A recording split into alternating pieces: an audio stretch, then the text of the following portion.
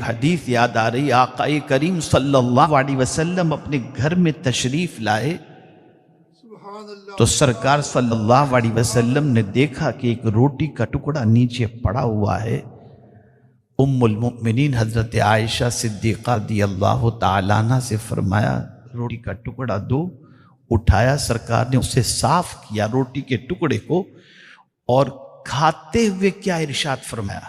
فرماتے عائشہ یہ وہ نعمت ہے کہ ایک بار گھر سے چلی جاتی ہے تو پلٹ کر نہیں آتی، عائشہ اس کی قدر کرنی چاہیے۔ ذرا سوچو آپ، آج ہم اپنے ٹائم کو دیکھیں تو ہمارا ٹائم کہاں ویسٹ ہو رہا ہے؟ مور دین 80% سوشل میڈیا، واٹس ایپ۔ جب یہ ساری چیزیں ہم سے ہو رہی ہیں تو اللہ عز و جل ہمیں تکلیف میں گرفتار فرما دیا۔ جب ہم اللہ کی نعمتوں کا صحیح معنوں میں شکر نہیں بجا لائیں گے تو پھر اللہ تعالی ہم سے وہ نعمت چھین لے گا۔ میں نے کل اپنی گفتگو میں ایک جملہ کہا تھا، ہمارے بھائی حافظ مقصود ہیں اس کو انگلش میں ٹرانسلیٹ کر کے پورا وائرل کیا۔ میں نے کل اپنی تقریر میں کہا تھا، چونکہ کل میری تقریر کا موضوع زبان تھا، ٹنگ، تو میں نے کہا تھا کرنا کیا ہے، اپنی زبان کو کی طرح استعمال کرنا ہے۔ ایک سینٹنس میں نے کہا تھا اور وہ یہ تھا، مخلوق سے کم بولو، خالق سے زیادہ بولو۔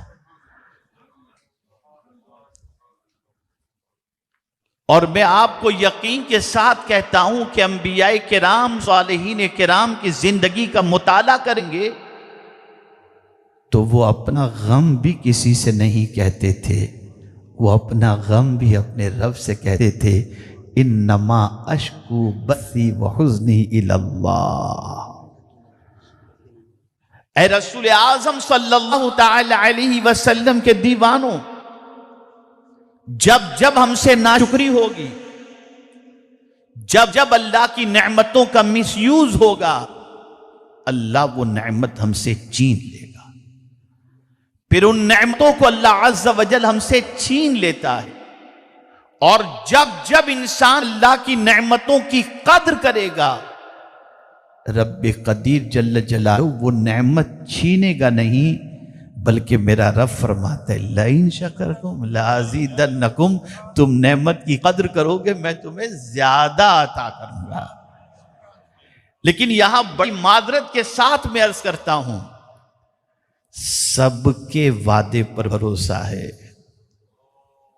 رب کے وعدے پر جیسا بھروسہ ہونا چاہیے ویسا نہیں۔ ایک بلڈر اگر کہہ دے، ایک بزنس مین کہہ دے، ہم نے بہت سارے پرسٹن کے بھی اور دوسرے علاقوں کے بھی یوک کے بزنس مین کو دبئی کے اندر بہت زیادہ خواب دکھانے والوں کو انویسٹمنٹ وہاں پر کرنے کی وجہ سے ڈوبتے ہوئے دیکھا ہے۔ کہ دبئی والوں نے خواب دکھایا، سب کچھ بیچ کے وہاں پیسہ لگا دیا، بعد میں پتہ چلا سب ختم۔ جہاں چمکتی کوئی بات آ جائے بھروسہ کر لیا۔ نادان ایک بات اچھی طریقے سے دل کے اندر محفوظ کر لو، ان اللہ لا یخلف المیعاد، بے شک اللہ وعدہ خلافی نہیں فرماتا۔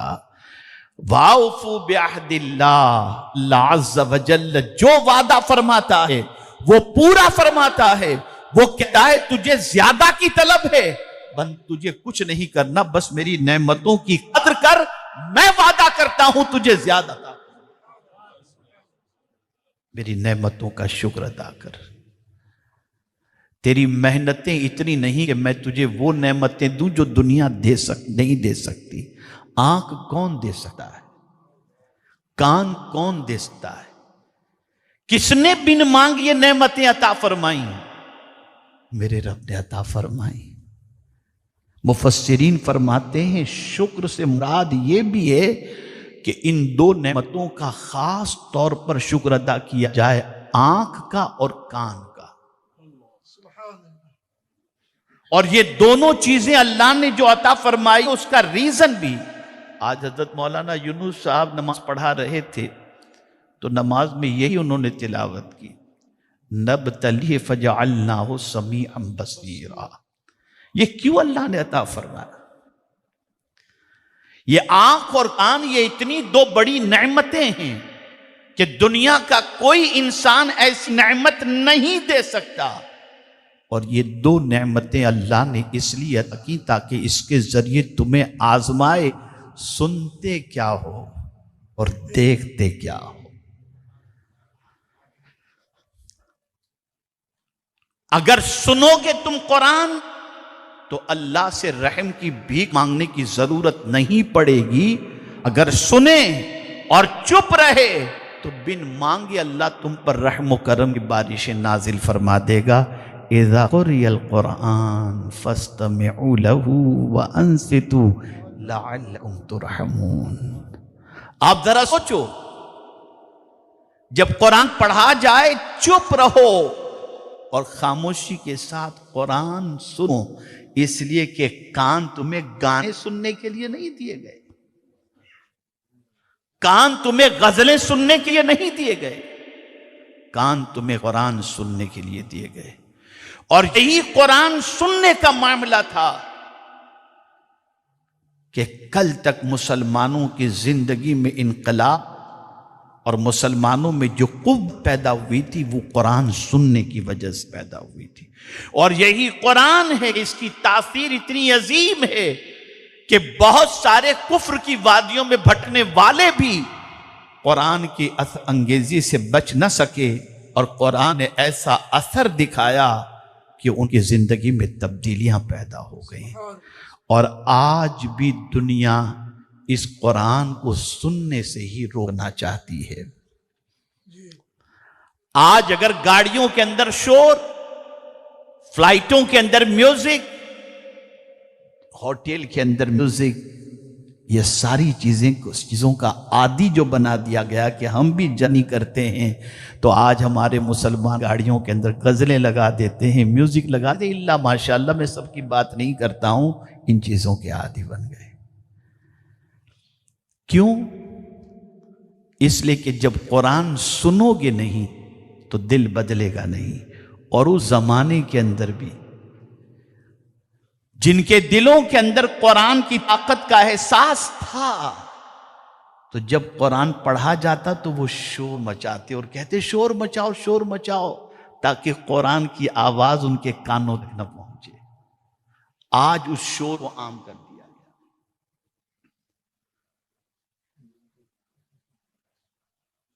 آج اس شور کو اتنا عام کر دیا گیا کہ اب مسلمان قرآن سننے سے، میں بڑی معذرت کے ساتھ عرض کرتا ہوں، خدا کی قسم میں تو کبھی کبھی اپنی قوم کی سچویشن کو دیکھتا ہوں تو میرا دل اندر سے کڑتا ہے کہ قرآن سننا بھی اب ہماری قوم پر بوجھ بن چکا ہے۔ جو قرآن دلوں کے اندر انقلاب پیدا کرنے کے لیے آیا، اب اسی قرآن کی جب تلاوت ہو رہی ہے تو کب ختم ہوگا؟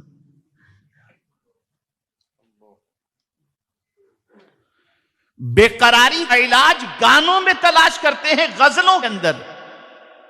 بے قراری کا علاج قرآن سننے کے اندر ہے، ڈپریشن کا سولیوشن قرآن کے اندر ہے۔ میرے پیارے آقا صلی اللہ تعالی علیہ وسلم کے پیارے دیوانوں، آپ اچھی طریقے سے ذہن کے اندر محفوظ کر لیں، آنکھ اور کان یہ دونوں بہت اہم چیزیں، اور اسی لیے قرآن نے پہلے کان کا تذکرہ کیا کہ یہ نہ سمجھنا کہ جس رب نے تمہیں کان دیا ہے وہ تم سے کان کے بارے میں نہیں پوچھے گا۔ ان السمع والبصر والفؤاد کل اولئک کان عنہ مسئولا۔ رب پوچھے گا کان میں نے دیا تھا بندے، سنا کیا تو؟ آنکھ میں نے دی تھی دیکھا کیا تو؟ دل میں نے دیا تھا کس کی محبت اس میں آئی؟ پوچھے گا اللہ عز و جل۔ لیکن آج تو یہ ہے کہ آخرت کے سلسلے میں اس حد تک انسان بے باک ہو گیا کہ کہہ رہے یار دیکھا جائے گا. یہ سوچ، اتنا ایزی تم نے آخرت کو لے لیا. جس آخرت کے تصور سے صدیق اکبر رضی اللہ تعالی عنہ جیسے جلیل القدر صحابی اس حد تک گھبراتے ہوں کہ کہتے ہیں کاش میں کسی مومن کے سینے کا بال ہوتا کہ قیامت نے مجھے اپنے بارے میں اللہ کو جواب نہ دینا پڑتا، میں حساب کتاب سے بچ جاتا. کون صدیق اکبر؟ جن کا ایمان میزان کے ایک پلڑے میں رکھا جائے اور سارے مسلمانوں کا ایمان ایک پلڑے میں رکھا جائے تو ابو بکر کا ایمان سب پر بھاری ہو جائے گا. وہ یہ کہہ رہے ہیں جن کے بارے میں حضور نے فرمایا کہ اگر مجھے خلیل بنانا ہوتا تو میں ابو بکر کو اپنا خلیل بناتا. جو یار غار بھی رہے، یار مزار بھی رہے، وہ قیامت سے اتنا ڈرتے ہیں، اور ہمارا حال ہم سے زیادہ کون جانتا ہے؟ بل انسان علی نفسہ بصیرہ، ہر انسان اپنے بارے میں جانتا ہے. یہ آنکھ، کان اور یہ پورا اسٹرکچر، یہ پورا وجود اللہ کی امانت ہے ہمارے پاس. اس امانت کو اپنی مرضی سے ہم یوز نہیں کر سکتے. مال بھی اللہ کی امانت اور جان بھی اللہ کی امانت، یہ دونوں چیزیں اس نے خرید لی ہیں اور ہمیں ٹیمپرری طور پر یوز کرنے کے لیے دیا ہے. ایک انسان کہتا ہے میرا گھر، میری گاڑی، میری جو ہے وہ فیکٹری، میری شاپ، یہ سب اپنی چیزیں وہ بناتا ہے. جب آنکھ بند ہوتی ہے تو اللہ فرماتا ہے لے جا، تیرے کو تو کہہ رہا تھا نا یہ سب تیرا ہے، اگر لے جا سکتا ہے تو لے جا. اس وقت کچھ نہیں. شیخ سعدی شیرازی رحمت اللہ تعالی علیہ، چپل یا جوتے نہیں تھے، مسجد میں گئے، خیال آیا کہ لوگ سوچیں گے عید کے دن بھی یہ چپل نہیں پہنا، جوتے نہیں پہنا. لیکن جب مسجد سے عید کی نماز پڑھ کر باہر نکلے تو دیکھا کہ ایک ایسا بندہ بھی باہر موجود ہے جس کی دو ٹانگیں ہی نہیں ہیں. فوراً دوڑ کر مسجد میں آ گئے اور اللہ کا شکر ادا کیا، مولا تو نے چپل تو نہیں دی لیکن چلنے کے لیے ٹانگیں تو عطا فرمائی. محروم جن چیزوں سے ہو، یہ جملہ یاد رکھیے گا، جو چیزیں آپ کے پاس نہیں ہیں اس کے بارے میں غور کرو گے ناشکری کا جذبہ پیدا ہوگا، اور جو چیزیں آپ کے پاس ہیں اس پر غور کرو گے تو شکر کا جذبہ پیدا ہوگا. اللہ تعالی ہم سب پر کرم کی نظر فرمائے اور خاص طور پر اللہ کی دی ہوئی نعمتوں کو مس یوز کرنے سے بچنے کی توفیق عطا فرمائے اور ہر حال میں اپنے کریم کا شکر ادا کرنے کی توفیق نصیب فرمائے.